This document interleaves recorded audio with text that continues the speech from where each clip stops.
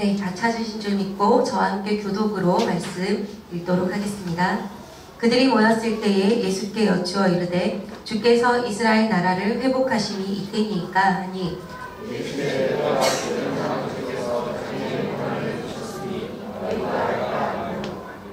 오직 성령이 너희에게 임하시면 너희가 권능을 받고 예루살렘과 온 유대와 사마리아와 땅 끝까지 이르러 내 증인이 되리라 하시니라.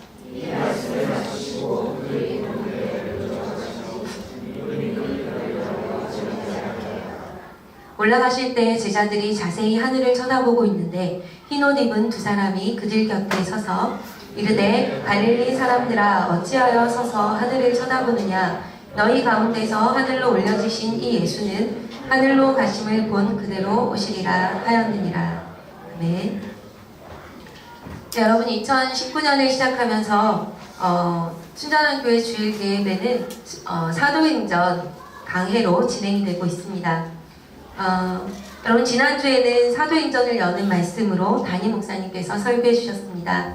지난주 설교의 제목을 혹시 기억하시는 분이 계신가요? 예. 그 지난주 설교 제목은 하나님 나라의 시작이었습니다. 네. 사도행전은 예수님께서 그 십자가에 죽으시고 3일 만에 다시 살아나신 후에 약 40일간 이 땅에 계시면서 제자들을 모아서 이 하나님의 나라에 대해서 가르치신 이야기로 시작이 되었습니다.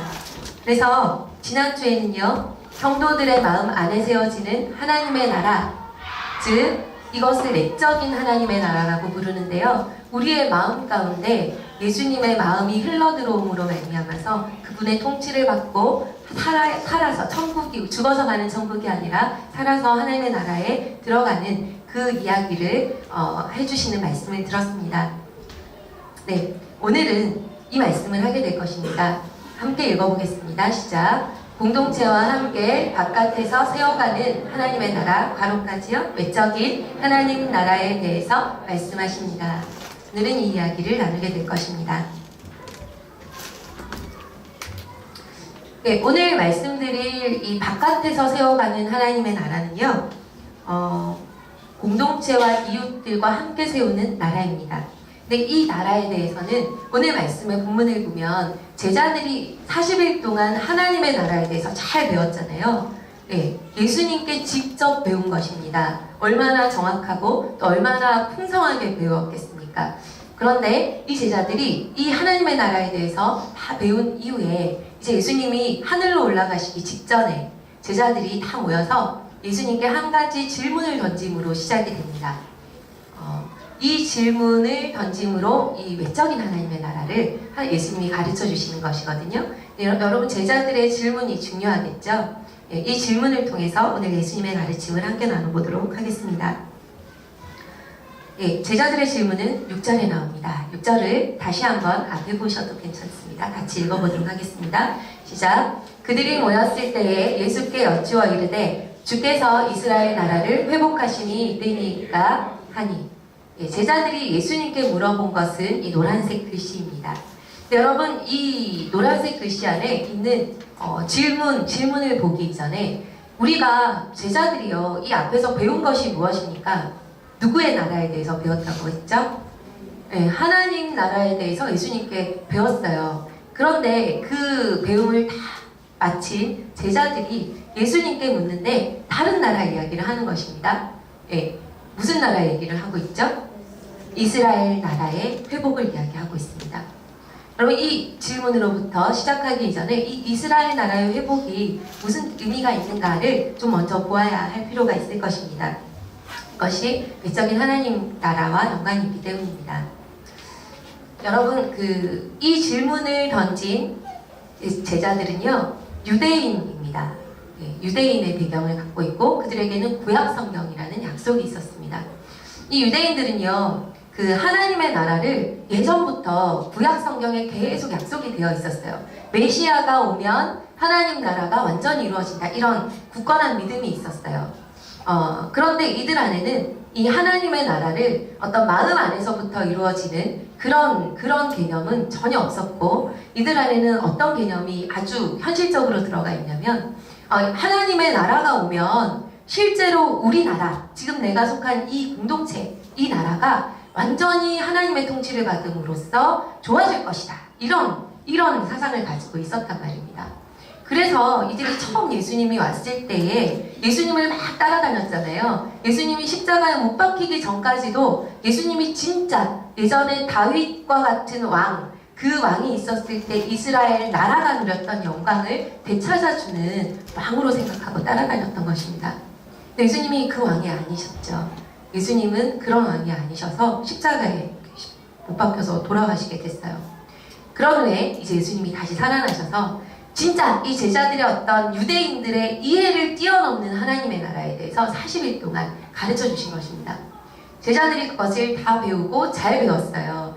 잘 배운 이후에 다시 이스라엘의 회복에 대해서 묻는 것처럼 보이는 것입니다. 여러분, 이 내용은 어떻게 이해를 할 수 있냐면 이들이 이스라엘의 회복이라고 말한 이 내용은요, 그런 거예요. 아, 예수님 있잖아요. 우리가 하나님의 나라에 대해서 예수님께 배웠어요. 이 나라는 우리가 예수님을 믿음으로 우리 마음 안에서부터 예수님의 그 사랑과 또 예수님의 섬김과 이런 또 하나님이 우리 삶을 이끌어 가시는 것을 믿음으로 어떤 상황이 와도 고난이 와도 두려워하지 않고 그 하나님의 통치를 받으며 승리를 이끌어가는 나라인데, 이 내적인 거는 알겠는데 그런데 우리 안에는 또 분명히 구약 성경 안에는 어떤 실제적인 나라에 대한 회복도 있지 않습니까? 이제 이 생각이 드는 거예요. 제자들이 모여서 예수님이 가르치신 하나님의 나라가 우리가 믿고 있는 이 진짜 이 이스라엘 나라의 회복과 어떤 연관성이 있는가, 막 이런 것들을 나눴던 것 같습니다. 그래서 결국 이것에 대해서 우리 예수님께 묻자 이렇게 하고 온 것입니다. 즉 이들이 이스라엘 나라의 회복이라고 했을 때는 어떤 이제 하나님의 나라에 대해서 완성된 형태를 얘기하는 거예요. 내적인 어떤 우리의 마음의 변화와 이런 것뿐만 아니라 이러한 사람들이 나아가서 어떻게 그런 하나님이 진짜 다스리는 나라와 같은 영향력을 우리 이웃과 또 실제 우리 이스라엘 나라와 이런 것들에 펼칠 수 있을 것인가, 그 나라의 그 완전한 구원, 완전한 회복이 언제 오는 것인가 라는 것에 대해서 이제 고민하고 묻게 된 것입니다. 그래서 즉 이들이 말하는 제자들의 질문 안에 있는 이스라엘 나라의 회복이란 이렇게 이야기할 수 있습니다. 뒷부분 한번 같이 읽어보도록 하겠습니다. 네, 우리가 시작. 우리가 사는 이 땅, 곧 눈에 보이는 세상도 완전히 하나님의 통치를 받는 하나님 나라가 되는 것을 의미합니다. 네, 이런 나라 언제 오겠습니까? 이렇게 묻는 것입니다. 즉 그 전에가 마음 안에 있었던 하나님의 나라라고 한다면 이제 제자들이 묻는 것은 무엇이냐면 외적, 내 마음 밖에서 내 공동체, 나라, 실제적으로 보이는 세상 안에 하나님의 나라가 어떻게 오겠냐라는 것을 물은 질문으로 볼 수 있습니다. 이것에 대해서 이제 예수님이 대답하고 계시는 것이거든요. 여러분, 이 예수님의 대답을 통해서 이 제자들의 질문을 이제 다시 한번 올라가 봅니다. 예수님이요, 제자들은 한 가지만 얘기한 것 같아요. 예수님, 때는 언제, 지금입니까? 이렇게 묻는 것 같은데요. 예수님은 두 가지를 대답해 주세요. 네, 그래서 이 제자들의 질문을 두 개로 쪼개서 한번 보도록 하겠습니다. 예수님이 대답하신 순서대로 이 질문을 볼게요. 첫 번째, 쉬운 번역으로 보면 조금 더 잘 이해가 될 것 같아서요. 이 번역으로 바꿔보았습니다. 예, 다시 한번 읽어볼까요? 시작. 주님께서 이스라엘을 다시 회복시키실 때가 지금입니까? 첫 번째 질문은 때가 지금입니까? 때에 대한 질문입니다. 그리고 이스라엘을 다시 회복시키실이라고 한 것은 바꾸면 이렇게 표현할 수 있다고 아까 제가 말씀드렸습니다. 외적인 하나님의 나라가 완성되는 때와 시기가 지금입니까? 라고 물은 것입니다. 여러분, 이렇게 물었어요. 이때는 꼭 뭐냐면요, 이제 그 마지막 때를 얘기해요. 이 완전 완성되는 그때, 마지막 때, 뭐 이럴 때를 얘기하는 거예요. 막 심판도 있고 그런 때를 이야기하는데요. 이때가 이제 예수님이 부활하시고 막 이랬으니까 이제 바로 올 것입니까? 이제 이렇게 물었을 때 예수님이 대답은 7절입니다. 7절 한번 같이 읽어볼게요. 시작. 이르시되 때와 시기는 아버지께서 자기의 권한에 두셨으니 너희가 알 바 아니요. 네, 이때는 마지막 때이거든요. 이 마지막 때에 대해서 많은 사람들이 궁금해했던 것 같아요. 예수님 살아있을 때도요. 그래서 예수님 십자가에 못 박히기 전에도 예수님께서 제자들을 모아놓고 이때와 시기에 대한 이야기를 많이 하셨습니다. 예, 대표적으로 이 말씀 마가복음 13장 32절입니다. 읽어볼게요. 시작. 그러나 그날과 그때는 아무도 모르나니 하늘에 있는 천사들도 아들도 모르고 아버지만 아시느니라. 그럼 저는요, 예수님이 지금 딱 봐도 지금 아니잖아요. 제자들한테 분부할 것이 많고 가르친 것이 많은데 지금 바로 끝나버리면 되게 이제 어이없을 것 같은 거예요. 그럼 예수님이 제자들이 이렇게 물었을 때 야, 딱 봐도 지금 아닌 거 모르겠냐? 이렇게 말하셔도 문제 있었겠나? 이런 생각이 들었습니다. 그런데 이 질문에 대답한 예수님은요, 때에 대해서 절대 언급을 안 하세요. 때가 지금이다? 아니면 멀었다? 너희 이런 얘기를 안 하시고요. 그냥 딱 잘라서 굉장히 좀 매몰차게 말씀하시는 느낌이죠. 아마 그런 느낌으로 말씀하셨다라고 생각이 듭니다. 너희 알 바 아니다. 이렇게 얘기하시는 거예요. 지금인지 언제인지 전혀 너희가 물을 필요도 없고 알 바 아니다. 예수님이 이렇게 강력하게 뭔가를 말할 때는 그 안에 의미가 있습니다. 예. 왜? 때에 대해서는 예수님이 이렇게 좀 민감하게, 예민하게 그때에 대해서는 알 바 아니야 이렇게 말씀하셨을까요? 여러분, 1992년도에 태어나신 분 계세요? 예. 1992년 10월 28일 이때 아주 역사적인 사건이 있었습니다. 네. 이 날을 얘기하면 잘 모르시겠지만 그 선교회 이야기를 하면 다 아실 거예요. 다미 선교회 사건이 있었어요. 네, 혹시 아세요? 예수님이 1992년 10월 28일 날 재림한다 이렇게 막 선포한 다음에 막 신도들을 모아가지고서는 10월 28일 그 저녁에 엄청난 집회를 열었어요.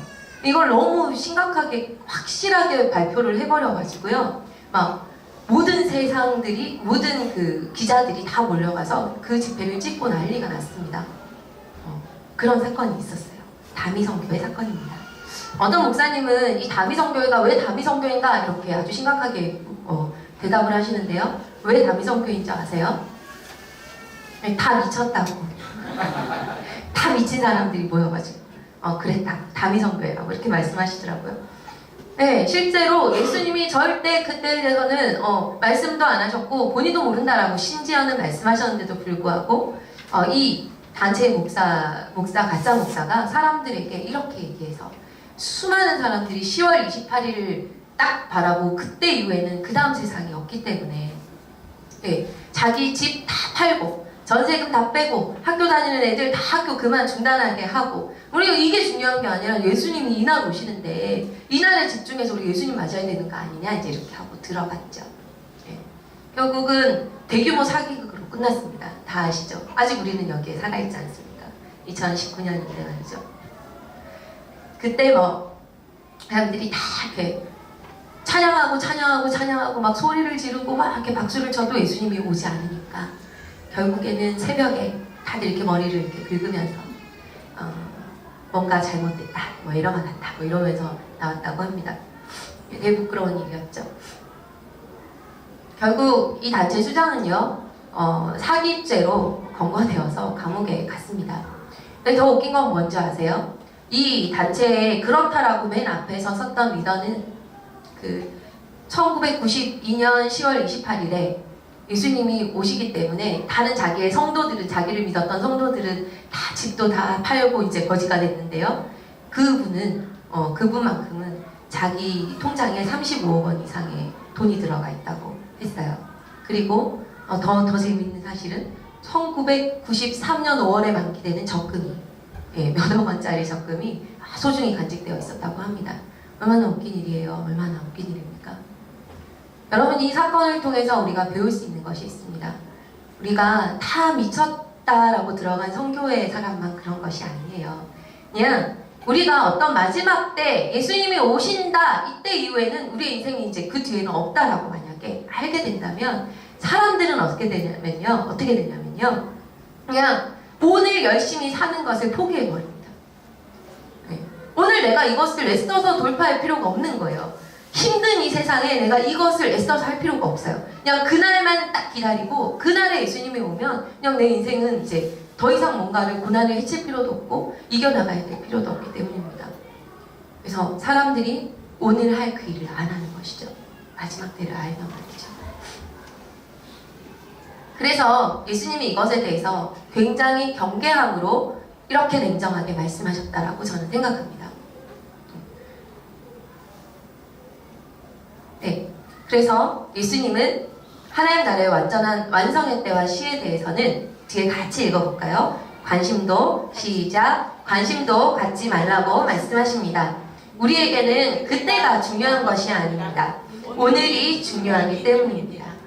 우리는 오늘을 살아야 되기 때문이에요. 이 오늘 내가 해야 될 일을 주님과 함께 하는 것이 예수님이 가장 좋아하시는 일이기 때문입니다. 내일 주님이 오신다고 해도 말이죠. 여러분이 제자들의 그때와 시기에 대해서 너희는 관심 가질 필요 없고 오늘에 충실해라 라고 행간을 읽었습니다. 그렇다면 이제 두 번째 질문이 있어요. 이 질문에 대해서 이 제자들이 무슨 일을 해야 되는가가 나와야 되지 않을까요? 네. 그래서 이 두 번째 질문을 한번 만들어 봅니다. 다시 6절로 돌아갔습니다. 주님께서 이스라엘을 다시 회복시키실 때가 지금입니까? 물었어요. 때가 지금입니까?에 대한 해답은 되었습니다. 여기에서는 질문이 하나밖에 없는 것 같지만 사실 예수님의 대답을 보면 이들에게 질문이 하나 더 있었다라고 유추해 볼 수 있습니다. 어떤 것이냐면요. 주님께서 회복시킨다라는 거예요. 예. 주님께서 이 이스라엘을 또 이 하나님의 아름다운 하나님의 나라를 이 땅에 주님께서 회복시키는 것입니까? 라는 질문이 하나 더 숨어져 있는 것입니다. 이것에 대한 예수님의 답이 있습니다. 네, 예수님이 직접 만들어주냐 이제 이렇게 묻는 거예요. 이것에 대한 예수님의 답은 8절에 나옵니다. 우리가 잘 아는 굉장히 유명한 암송하는 말씀입니다. 사도행전 1장 8절 말씀입니다. 함께 읽어보도록 하겠습니다. 시작. 오직 성령이 너희에게 임하시면 너희가 권능을 받고 예루살렘과 온 유대와 사마리아와 땅 끝까지 이르러 내 증인이 되리라 하시니라. 여러분 이 말씀에 누가 하는가에 대한 예수님의 답이 들어가 있습니다. 네, 제가 노란색으로 구성했습니다. 누가 합니까? 너희가 하는 거예요. 예수님이 직접 하는 것이 아니라 너희가 한다. 그리고 너희가 권능을 받는다. 그리고 너희가 내 증인이 된다. 이렇게 예수님이 이 말씀을 통해서 강조하고 계시는 것입니다. 근데 여러분 우리 예수님은 되게 좋은 분이십니다. 우리 하나님은 우리의 약함을 알고 계십니다. 그런데 있잖아요. 제자들이 예수님께 묻지도 못한 이유가 있어요. 제자들이 예수님께 그냥 때와 시기는 물었을지언정 너무 당연하게 이 나라는 예수님이 직접 만드시는 거죠. 그 안에 묻어간 이유가 있는 거예요. 왜냐하면 여러분 생각해 보십시오.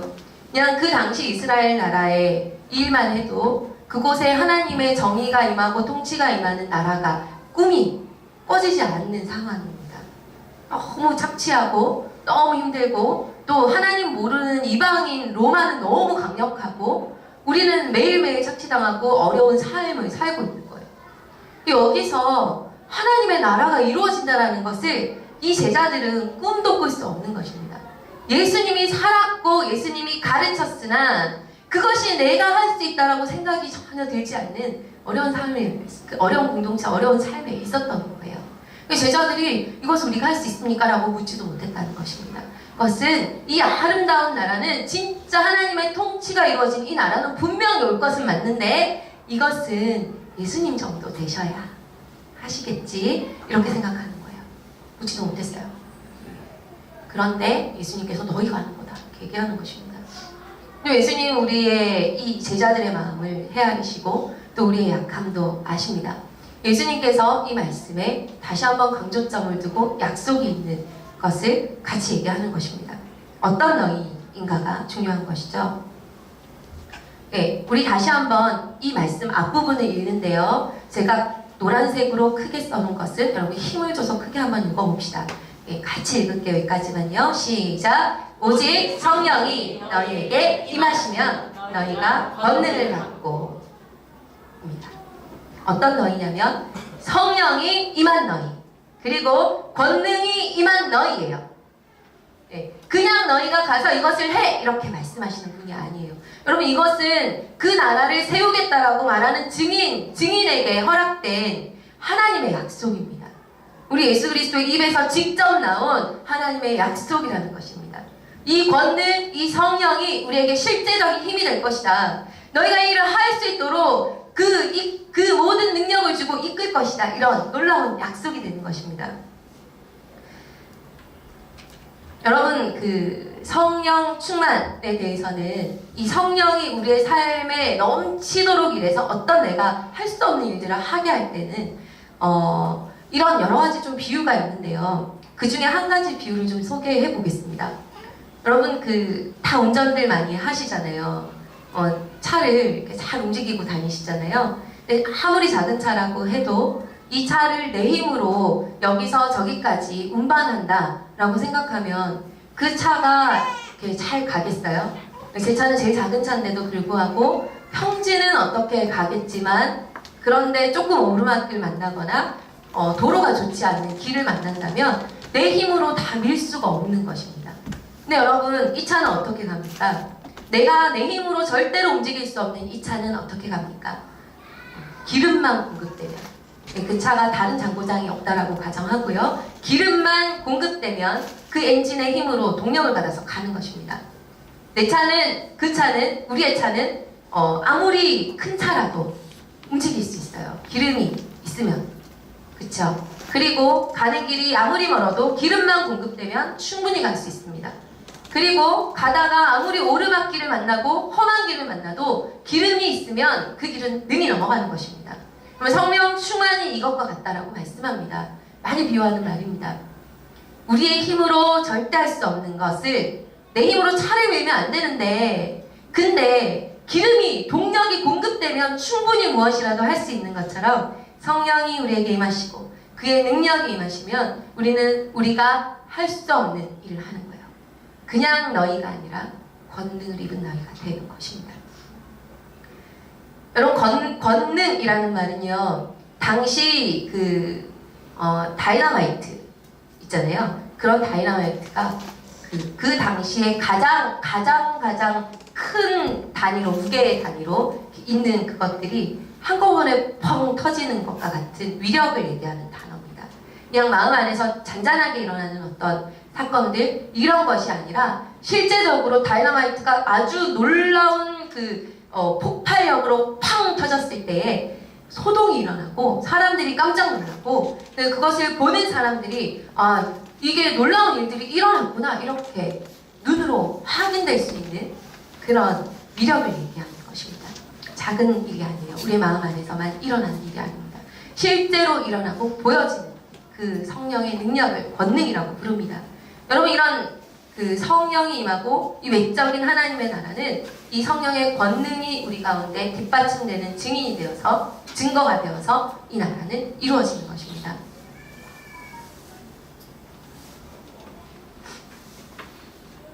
네, 그래서 제자들은요, 이 사도행전 1장 8절 말씀은 사도행전 전체를 이끄는 성취의 말씀이라고 얘기합니다.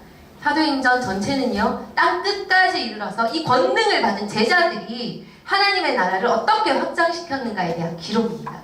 그 이야기들이 이후에 계속 이어지는 것입니다. 그리고 그들이 땅 끝까지 이르렀을 때에 또 역사를 흘러서 우리에게 이 복음이 오게 된 것입니다.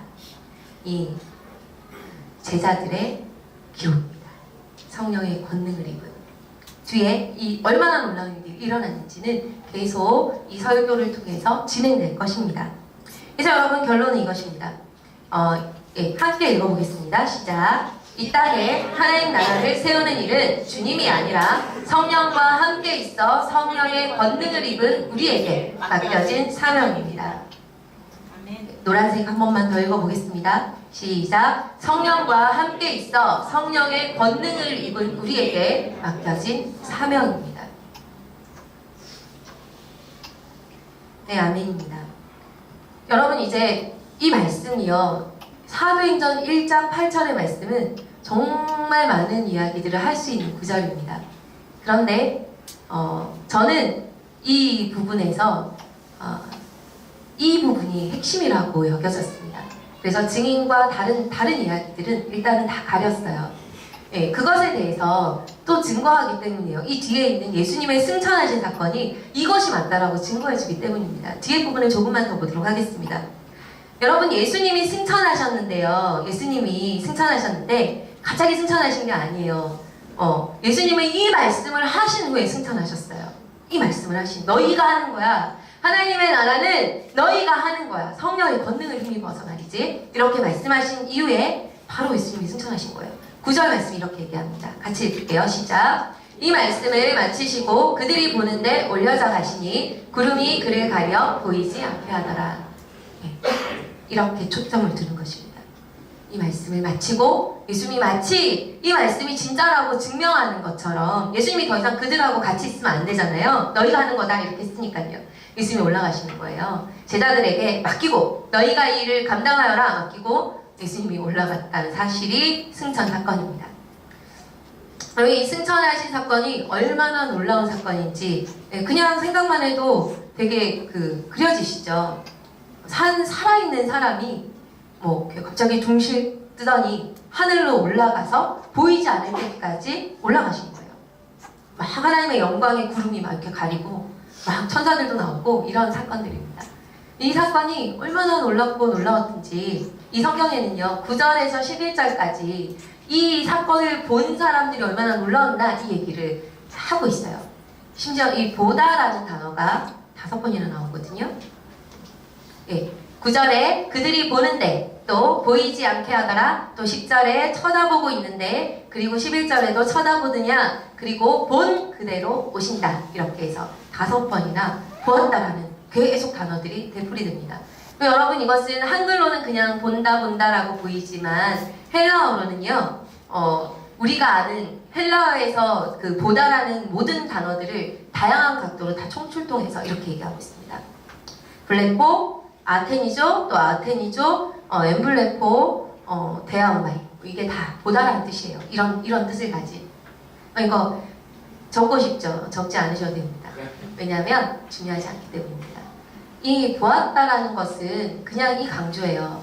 여러분, 이 예수님의 승천이 너무 놀라운 거예요. 너무 믿기지 않는 일이에요. 두 눈을 뜨고 봐도 이거 믿을 수 없는 것입니다. 그래서 이 예수님의 승천을 지켜본 사람이 한 500명 되었다고 되어 있잖아요. 분들이 이렇게 눈을 씻고 쳐다보고 다시 닦고 쳐다보고 감고 다시 쳐다보고 다른 거를 했다가 다시 쳐다보고 째려보고 위로 보고 돌려보고 앞으로 봐도 이 일이 사실로 일어났다는 거예요. 이게 맞다는 거예요. 그런 이야기를 하는 거예요. 사실이다 이 얘기입니다. 여러분, 이게 근데 왜 이 놀라운 승천 사건을 제자들이 보고 있다라는 것이 중요하지 않을까요? 네, 중요한 것은 하늘을 보고 있다 이 자체가 아니기 때문입니다. 이 말씀을 통해서 예수님이 우리에게 하고자 하는 말씀은 뒤에 천사들을 통해서 우리에게 주셨습니다. 천사가 이 하늘을 이렇게 돌려보고 째려보고 위로 보고 아래로 보고 하는 이 사람들에게 이렇게 말합니다. 11절 말씀 한번 같이 읽어볼게요. 시작. 갈릴리 사람들아, 어찌하여 서서 하늘을 쳐다보느냐? 너희 가운데서 하늘로 올려주시니 예수는 하늘로 가심을 본 그대로 오시리라 하였느니라. 핵심은 여기입니다. 어찌하여 서서 하늘을 쳐다보느냐? 이 어감도 여러분, 연기를 잘하는 분들이 있으면 잘 읽어주시면 좋을 것 같은데, 약간의 핀잔입니다. 그렇게 입 벌리고 쳐다보고 있냐? 여기 이제 볼 게 있다고 라는 거예요. 우리가 앞에 있는 말씀과 이 천사들의 이야기, 천사들을 통해서 하나님이 우리에게 주시고자 했던 메시지를 조금 행간을 읽어서 유추해보면 이 뒤의 말씀은 이렇게 아마 연결이 될 수 있을 것입니다. 이거 같이 한번 읽어볼게요. 시작. 그러니 너희는 하늘만 쳐다보지 말고 가서 너희가 선 그 땅에서 오늘 할 그 일을 하라. 이 명령이 숨어있는 거예요. 뭘 그렇게 쳐다보느냐? 예수님은 승천한 것은 사실이다. 그리고 그분은 너희가 그 일을 했을 때 마지막에 심판자로 종집으로 다시 오실 거는 확실하다. 그러면 그 사이에 너희가 그때와 시 이런 것들을 묻지 말고 오늘 이 증인된 삶을 너희가 살아야 한다. 이렇게 말하는 것입니다.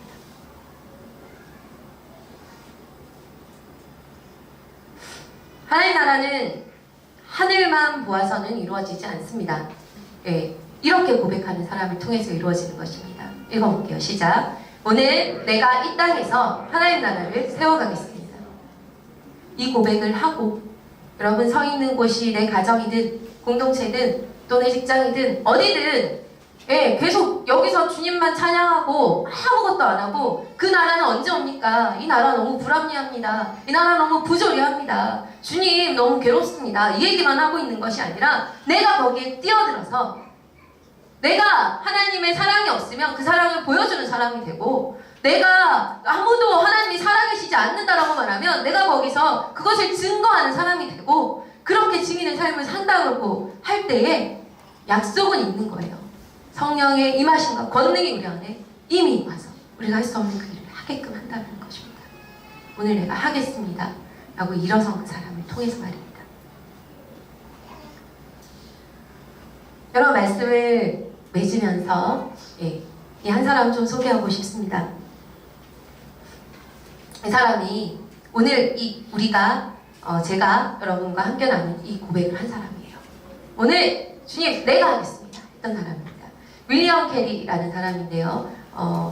많이들 들어는 보셨죠. 1761년에서 1834년의 시대를 사신 분입니다.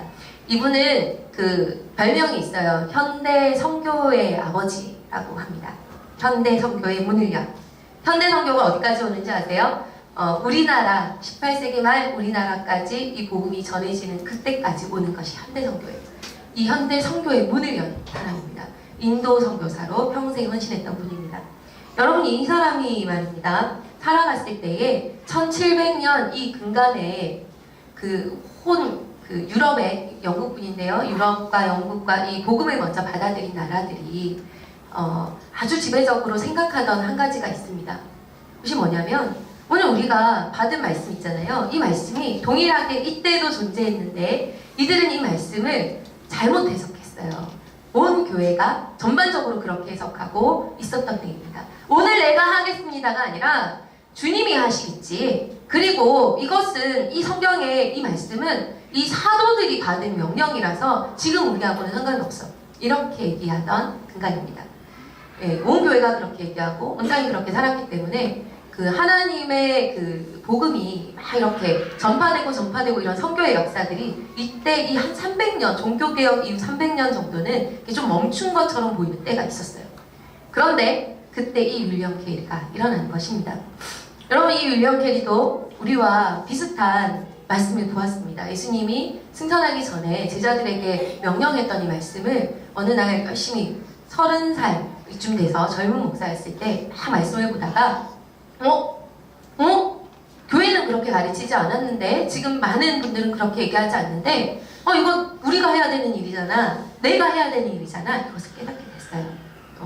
근데 이제 이것을 가지고 목사니까 설교를 하는 것입니다. 이렇게 막 오늘 제가 한 것처럼 오늘 우리가 하는 것입니다. 이렇게 설교를 하는 거예요.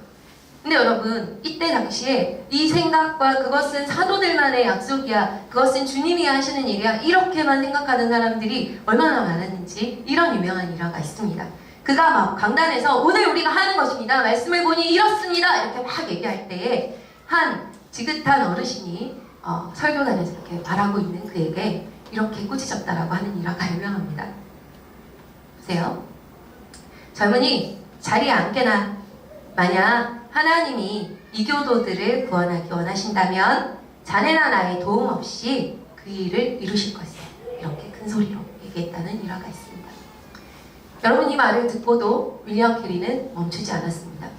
그리고 그 당시의 풍조 또 교회의 어떤 해석들 이런 것들에 자기의 어떤 진리에 대한 그 열정들을 저버리지 않았습니다. 그리고 그는 이 말씀 이런 것들과 상관없이 주님이 나에게 주신 그 사명대로 일어나서 주님 내가 증인 되겠습니다. 주님 이 땅이 뭐라고 하든 이 교회가 뭐라고 하든 내가 일어나서 주님의 증인된 삶을 살겠습니다. 이렇게 손을 들고 일어나는 것입니다. 그래서 윌리엄 캐리는 이후에 인도로 건너갑니다. 수많은 고난들이 있었지만 거기에서 하나님 나라가 볼 수도 없고 들을 수도 없는 땅이었기 때문에 이 이 나라, 이 열방을 향해서 하나님의 마음을 가지고 내가 증인되는 삶을 살기 시작하는 것입니다. 여러분, 그랬을 때에 여러분, 윌리엄 캐리가 이루어 놓은 업적, 선교적 업적뿐만 아니라 인도 사회에 끼친 영향력, 이런 모든 업적들이 인터넷 창에 검색하면 쫙 나옵니다. 굉장히 놀라운 일들이 있어요. 성경을 6개 국어로 번역했어요. 우리는 그냥 성경 한 번 처음부터 끝까지 손으로 쓰는 것도 쉽지 않은데요. 이 번역을 다른 언어, 다른 말로 6개나 번역했습니다. 그리고 사에서, 그리고 이 땅을 향한 하나님의 마음, 그리고 선교사들을 세우고, 그리고 이 선교를 다시 일으켜서 이 영향력이 중국에 가고 허드슨 테일러에 가고 이렇게 하면서 우리나라까지 선교사가 온 것이거든요. 놀라운 일이었습니다. 그의 힘으로 한 것이 아니에요. 내가 하겠습니다 이렇게 일어났을 때에 성령이 부은 거예요. 성령의 권능으로 이 6개 국어로 성경을 번역하고, 이것은 사람의 힘으로 되지 않잖아요. 이 일들을 그의 여생이 함으로 하나님의 나라가 있다는 것을 모든 사람에게 증거해 보인 사람이 되는 것입니다.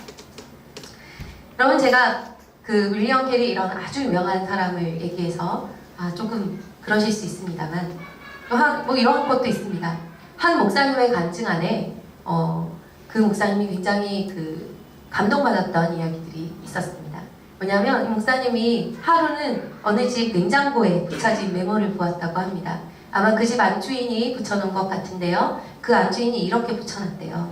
한번 읽어볼까요? 시작. 이 가정은 나의 선교지입니다. 이렇게 붙여놨대요. 크게 붙여놨겠죠. 그것을 읽고서는 이 목사님이 너무 큰 은혜를 받았다 이렇게 고백하는 걸 들었습니다. 이 집이 이 목사님의 집이라는 사실이 목사님 사모님이 이렇게 붙여놓은 거예요. 이 목사님의 성함은 우리가 다 이름만 들으면 알 정도로 굉장히 말씀 위에 또 이 땅의 교회에 큰 영향력을 끼치는 분입니다. 여러분, 그 목사님은 이렇게 고백하는 사모님이 있었기 때문에 만들어져 있지 않겠습니까? 그 내적으로 내조하고 또 이렇게 하는 이 분이 이 가정 안에 선교사로서 내 남편을 세우고 그리고 내 가정을 세우고 이런 놀라운 일들을 한 업적이 그 목사님이지 않겠습니까? 이것은 그냥 멀리 있는 이야기가 아닙니다. 우리도 우리 가정의 선교사가 되는 것입니다. 오늘부터 말입니다. 내가 한다라고 했을 때에, 그리고 내가 뛰어넘을 수 없고 내가 내 감정적으로 뭔가를 해결할 수 없다라고 생각할 때에 하나님 앞에 나아가서 내가 그래도 하고 싶습니다. 내가 증인으로 서겠습니다. 그냥 누가 왜 우리 집은 하나님 왜 이 일들이 일어나지 않습니까? 하나님 나라가 왜 오지 않습니까? 이렇게만 하늘만 쳐다보는 것이 아니라 오늘 내가 주님 믿음으로 일어나서 내가 용서하고 내가 사랑하고 내가 상처받아도 더 사랑하고 예수님의 마음으로 이들의 마음을 일으키는 사람이 되겠습니다 라고 일어나는 그 한 사람을 통해서 성령이 부어지는 역사들이 보게 될 것입니다. 내가 할 수 없었는데 주님의 권능이 그 일을 하게 하는 것을 내 주변에 있는 모든 사람들이 다 보게 될 것입니다. 그것이 여러분 외적인 하나님 나라의 확장입니다. 멀리 있는 것이 아니에요.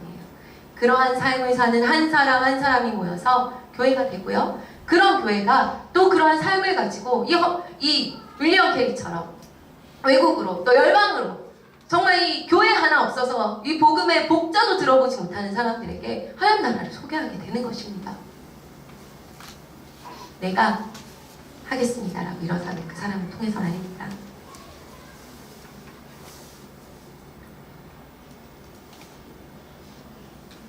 네, 마지막으로 읽고 또 이거 읽고 한 개 더 읽고 이렇게 마치도록 하겠습니다. 네, 한번 같이 읽을게요. 시작. 하늘만 쳐다보지 말고 오늘 내가 할 그 일을 감당하며 그 땅에 섭시다. 증인들에게 주시는 성령의 권능은 이미 약속되어 있습니다. 오늘 내가 하나님 나라의 증인되어 서야 할 또는 서 있는 땅은 어디입니까? 우리를 통해 하나님 나라가 내가 속한 모든 곳에 오게 하는 증인 되시기를 축복합니다. 축복합니다. 아멘. 예, 함께 기도하시겠습니다.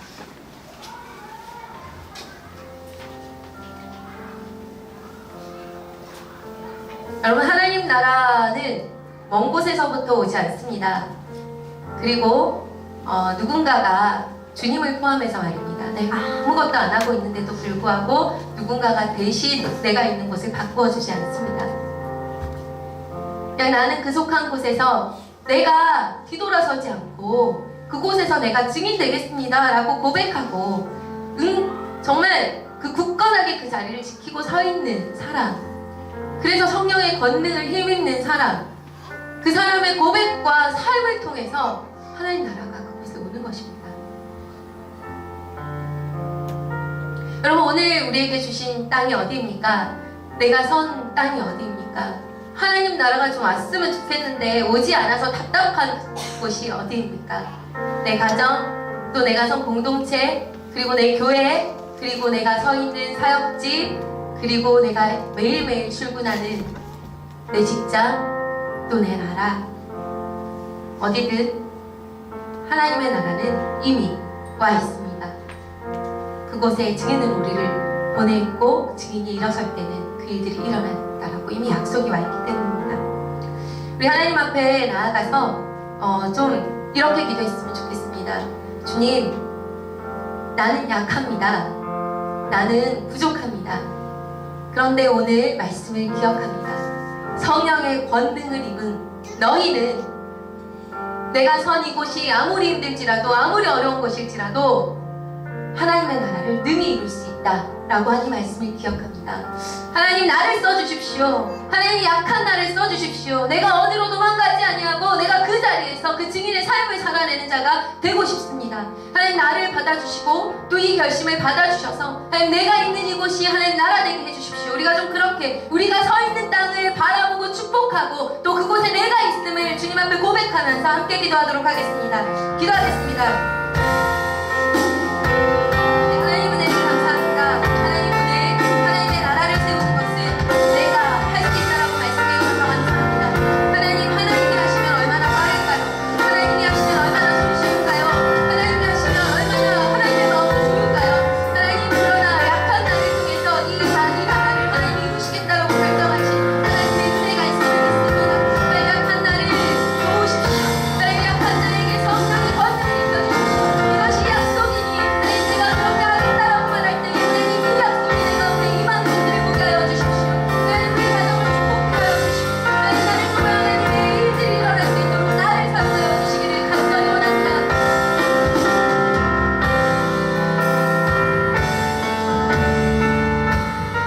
네, 우리가 한 가지만 더 기도하겠습니다. 우리가 서 있는 땅, 이 땅을 좀 축복합시다. 내가 증인입니다. 그리고 하나님 나라가 되는 땅이 될 것입니다. 나를 통해서 말입니다. 내 가정을 좀 축복했으면 좋겠습니다. 그리고 내 사역지를 좀 축복했으면 좋겠습니다. 그리고 내 삶에 내가 가장 많이 영향받는 어떠한 곳이 있다면 그곳을 축복했으면 좋겠습니다. 하나님, 이곳이 하나님 나라 되게 하여 주십시오. 이곳에 하나님의 아름다운 일들이 일어나는 나라가 되게 하여 주십시오. 눈물이 없고 또 사랑이 넘치고 따뜻하고 또 상처받는 자들이 살아나는 그러한 곳이 내가 있는 이 곳이 되었으면 좋겠습니다. 우리 좀 그렇게 내가 선 땅을 축복함으로 하나님 앞에 올려드리며 함께 기도하겠습니다.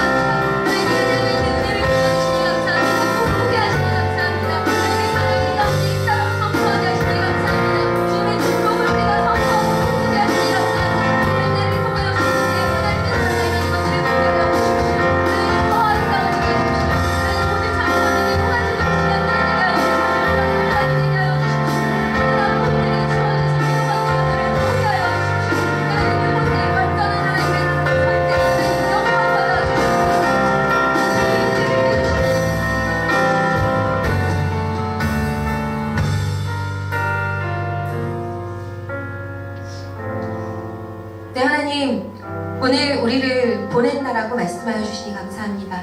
우리를 홀로 보내지 않고 그냥 보내는 것이 아니라 성령의 권능을 입혀서 너희를 보낸다라고 말씀하여 주시니 감사합니다. 다만 오늘 우리가 우리의 현실에서 우리가 선 땅에서 하늘만 쳐다보거나 다른 사람들만 탓하는 것이 아니라 내가 하나님 이곳에서 하나님의 증인의 삶을 살겠습니다 라고 우리의 고백을 드리고 약한 우리를 드린 우리에게 하나님이 이 일을 하게 하신다니 감사합니다. 하나님, 우리의 약함을 오늘 하나님 받아주시고 성령의 권능으로 우리를 강하게 하사 우리가 선 땅이 하나님의 나라 되게 하여 주시옵소서. 우리를 통하여 하나님의 권능이 드러날 수 있도록 축복하여 주시옵소서. 하나님, 우리의 가정이 변화되고 우리의 교회가 변화됨으로 말미암아 하나님의 나라가 온전히 확장되는, 그래서 하나님 영광 받으시는 우리가 될 수 있도록, 증인의 삶을 사는 자들이 될 수 있도록 오늘 축복하여 주시옵소서. 이렇게 하신 하나님께 감사합니다. 주님께 의탁드리며 모든 말씀을 예수님의 이름으로 기도했습니다. 아멘.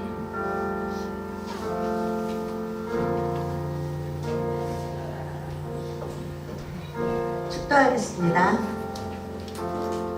이제는 우리 주 예수 그리스도의 은혜와 하나님 아버지의 극진하신 사랑하심과 성령 하나님의 동행하여 주시고 역사해 주시는 은혜가 오늘 성령의 권능을 입어서 오늘 내게 맡겨주신 자리에서 증인으로 살겠노라고, 성령님과 함께 하나님의 나라를 세워가겠노라고 고백하고 결단하고 머리 숙인 이들의 머리 위에와 이들의 가정 위에와 우리 순전한 교회 모든 성도들과 그들의 가정 위에와 우리 순전한 교회 위에 지금부터 영원히 함께 계실 것을 간절히 축원하옵니다.